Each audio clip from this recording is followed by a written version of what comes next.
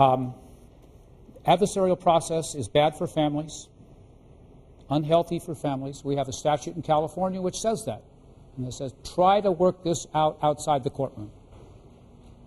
This is a tough one, but I want to get it across to you. I believe, and I'm not alone, that what we need to do with children, particularly children who have lost their parents, one way or another, we need to connect them with significant people in their lives. And connection we always think of is relatives, and the statute prefers relatives. But I'm going to suggest to you that important people in your life are not just relatives. They are people that you love, that teach you or you teach, that share your blood, that's relatives, and to whom your soul is connected. Heart, mind, body, and soul. Okay?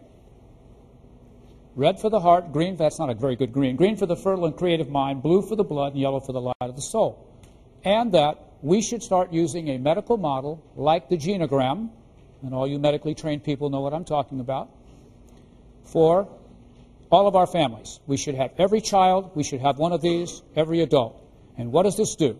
This tells you who this child is connected to.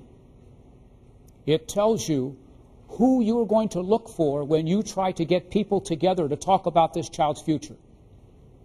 It's very easy to create because you're talking, you're interviewing, and you're finding out what really matters to this child or this adult.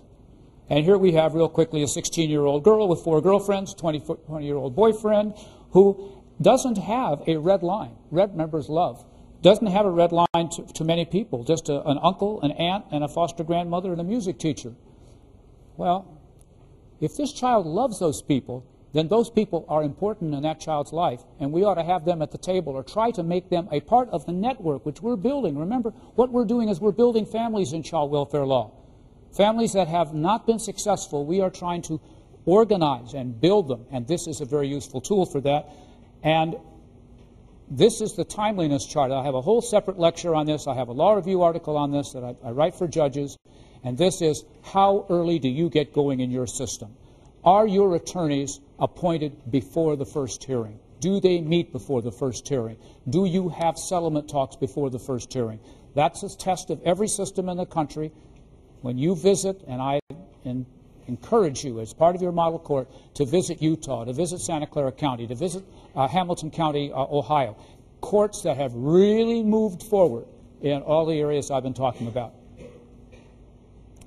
Because court systems are slow. You lawyers, you went to law school as I did, and for 3 years we learned all the tricks of how to get cases continued.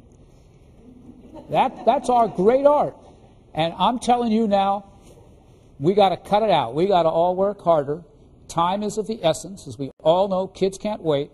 And a dependency system that front loads, that intensively works early, is going to pay off later in faster results, better results for the kid and for the family. We know where we're headed because our best practices, we've picked them up around the country now. We've got better innovations that we had 10 years ago, and I'm not sure there's much more we're going to learn. And I think, philosophically, that we remove too many children. I just think that you compare us to the rest of Europe and the other so-called industrialized world, we remove too many kids. And the reason we don't do better is I think it's at the front end. I think we need to make those decisions. We need to put intensive work in. When you invite Jim Payne out here, who runs social services in Indiana and used to be a juvenile court judge for 20 years, he talks about 30, 30, 30. The first 30 minutes, the first 30 days, and the first 30 hours. I got those mixed up. About what they do during that emergency time up front. That's it.